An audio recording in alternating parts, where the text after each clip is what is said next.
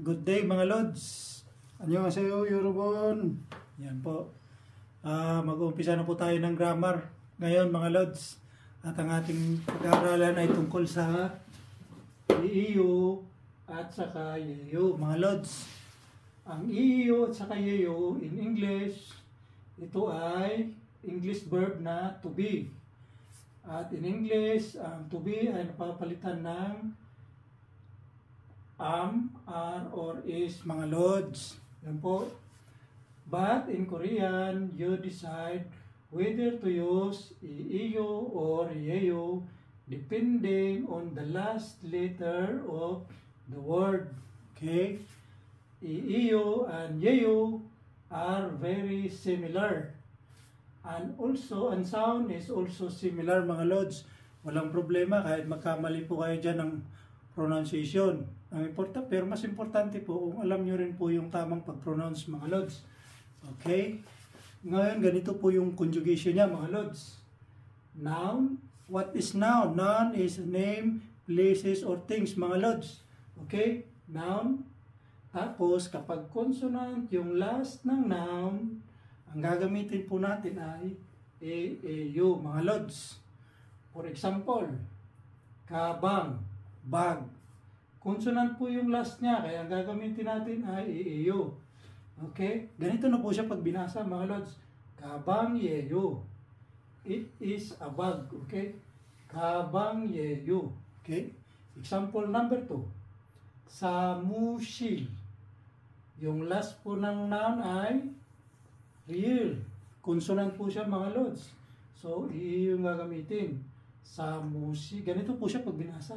Samushir yeyo. It is an office, mga Lods.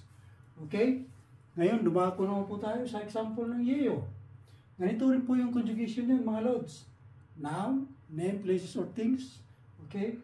Tapos kapag ito ay nagtatapos ng vowel, yung noun, ang gagamitin po natin ay yeyo. Okay? For example, hakyu means school. Dahil nagtatapos siya sa vowel, ang gagamitin natin ay yeyo. Ngayon, ganito po siya pag binasa mga Lods. Hakyu yeyo. It is a school.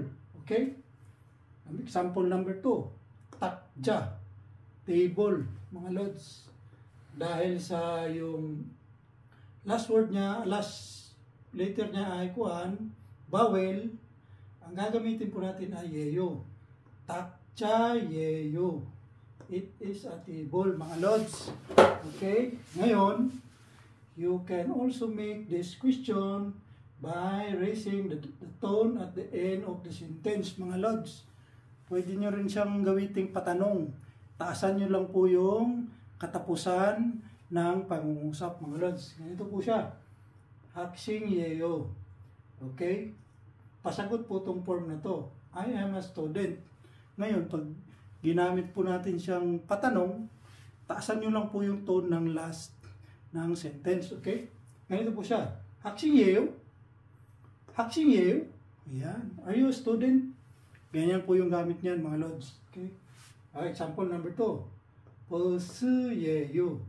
It is a bus. Ibig sabihin, pasagot po siya, mga Lods. Ngayon, kapag ginamit po natin siyang patanong, ganito po siya. Bus yeyo?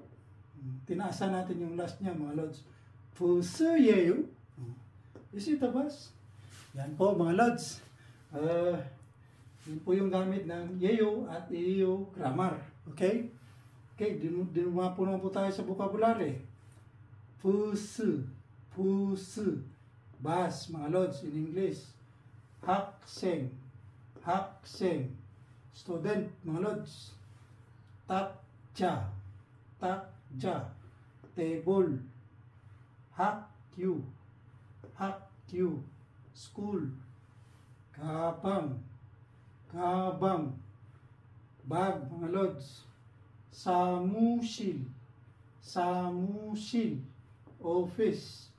Yan po mga Lods yung vlog natin ngayon. Maraming pong salamat sa panonood. Kung nagustuhan niyo po, follow, like, and share na lang po. Maraming salamat. Bye!